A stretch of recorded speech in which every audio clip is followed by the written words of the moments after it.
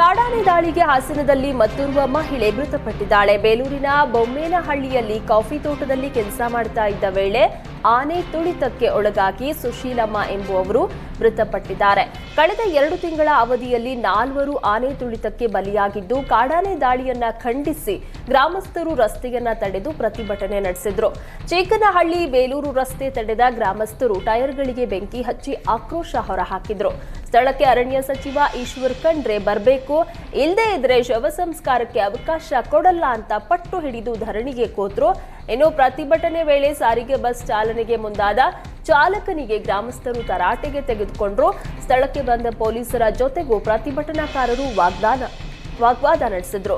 ಘಟನಾ ಸ್ಥಳದಲ್ಲಿ ಬಿಗುವಿನ ವಾತಾವರಣ ಇದ್ದು, ಮುನ್ನೆಚ್ಚರಿಕೆ ಕ್ರಮವಾಗಿ ಬಿಗಿ ಪೊಲೀಸ್ ಬಂದೋಬಸ್ತ್ ಕೈಗೊಳ್ಳಲಾಗಿದೆ. ಬೇಸಿಗೆ ಜೋರಾಗ್ತಾ ಇದ್ದಂತೆ ಕುಡಿಯುವ ನೀರಿಗೆ ಸಮಸ್ಯೆ ಎದುರಾಗದಂತೆ ಹೆಬ್ಬಾಳದಲ್ಲಿ ಉಚಿತ ನೀರು ಸರಬರಾಜು ಕೈಗೊಳ್ಳಲಾಗಿದೆ. ಹೆಬ್ಬಾಳ ಮತಕ್ಷೇತ್ರದ ಎಲ್ಲ ವಾರ್ಡ್ಗಳಲ್ಲೂ ಉಚಿತ ನೀರು ಪೂರೈಸೋದಕ್ಕೆ ಟ್ಯಾಂಕರ್ಗಳ ವ್ಯವಸ್ಥೆ ಮಾಡಲಾಗಿದೆ. ನೀರಿನ ಟ್ಯಾಂಕರ್ಗಳಿಗೆ ಸ್ಥಳೀಯ ಶಾಸಕ ಸಚಿವ ಬೈರತಿ ಸುರೇಶ್ ಚಾಲನೆ ನೀಡಿದ್ರು.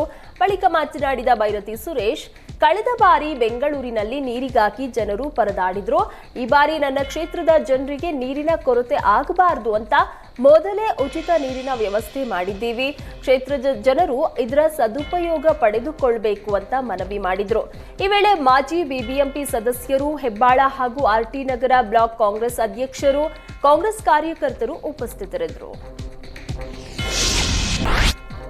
ಚಳ್ಳಕೆರೆಯ ಗೀತಾಲಕ್ಷ್ಮಿ ಎಂಬುವವರ ಮನೆಯಲ್ಲಿ ದರೋಡೆ ಮಾಡಿದ್ದ 4ರನ್ನ ಪೊಲೀಸರು ಬಂಧಿಸಿದ್ದಾರೆ. ಆಂಧ್ರಪ್ರದೇಶದ ರಾಯಪಾಡಿ ವೆಂಕಯ್ಯ, ಶೇಖ್ ನಗೋಲ್ ಮೀರಾ, ತಮಿಳುನಾಡಿನ ಮುತ್ತುರಾಜ ಮುರುಗೇಶ, ವಿಜಯ್ ಬಂಧಿತರು. ಫೆಬ್ರವರಿ 22ರಂದು ಅಧಿಕಾರಿಗಳ ಸೋಗಿನಲ್ಲಿ ಗೀತಾಲಕ್ಷ್ಮಿ ಮನೆಗೆ ಎಂಟ್ರಿ ಕೊಟ್ಟಿದ್ದ ದರೋಡೆಕೋರರು 8.5 ಲಕ್ಷ ಮೌಲ್ಯದ ಚಿನ್ನಾಭರಣ ದೋಚಿ ಪರಾರಿಯಾಗಿದ್ರು. ಪ್ರಕರಣ ದಾಖಲಿಸಿಕೊಂಡಿದ್ದ ಚಳ್ಳಕೆರೆ ಠಾಣೆ ಪೊಲೀಸರು ಆರೋಪಿಗಳನ್ನ ಕೆಡ್ಡಾಕ್ಕೆ ಕೆಡವಿದ್ದಾರೆ. ಬಂಧಿತರಿಂದ 2 ಕಾರನ್ನ ವಶಕ್ಕೆ ಪಡೆಯಲಾಗಿದೆ.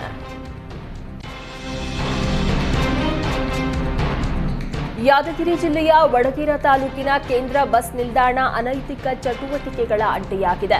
ಬಸ್ ನಿಲ್ದಾಣ ನಿರ್ಮಾಣಗೊಂಡು 16 ವರ್ಷಗಳೇ ಕಳೆದಿದ್ದು, ಯಾವುದೇ ರೀತಿಯ ಮೂಲಭೂತ ಸೌಕರ್ಯ ಕಲ್ಪಿಸದೆ ಜಿಲ್ಲಾಡಳಿತ ನಿರ್ಲಕ್ಷ್ಯ ತೋರಿದೆ.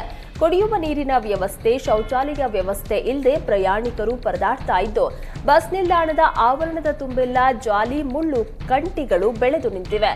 ಬಸ್ ಸ್ಟ್ಯಾಂಡ್ ತುಂಬಾ ಎಲ್ಲೆಂದರಲ್ಲಿ ಕಸ ಕಡ್ಡಿಗಳು ತುಂಬಿದ್ದು, ಸ್ವಚ್ಛತೆ ಎಂಬುದು ಮರೀಚಿಕೆಯಾಗಿದೆ.